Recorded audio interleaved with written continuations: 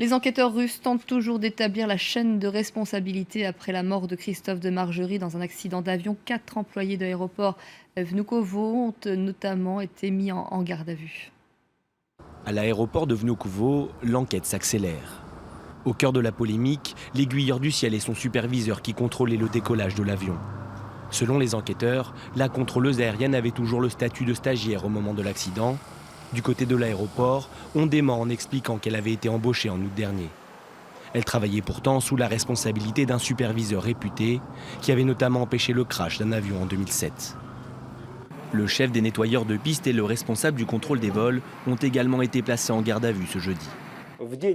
Le jour du crash, Ledenyov était chargé du nettoyage de la piste. Dounaïev, Krivtsoun et Krouglov étaient chargés du contrôle des vols. Ils sont tous soupçonnés de ne pas avoir suivi les règles de sécurité du contrôle des vols et de l'entretien de la piste, qui a conduit à la tragédie. En parallèle, le directeur général de l'aéroport a présenté sa démission. Andrei Diakov était en poste depuis 2005. Son directeur adjoint, Sergei Soltnev, quitte lui aussi son poste.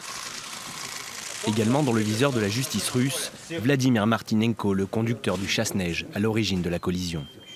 Ce jeudi, le comité d'enquête russe a annoncé qu'il avait 0,6 g d'alcool par litre de sang au moment de l'accident, contrairement à ce qu'avait annoncé la veille son avocat.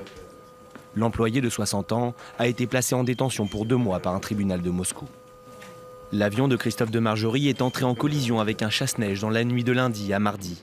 Les enquêteurs russes, secondés par leurs homologues français du bureau d'enquête et d'analyse, vont tenter de faire parler les boîtes noires de l'appareil. Première conclusion ce jeudi, le chasse-neige a été vu par les pilotes, mais pas considéré comme une menace.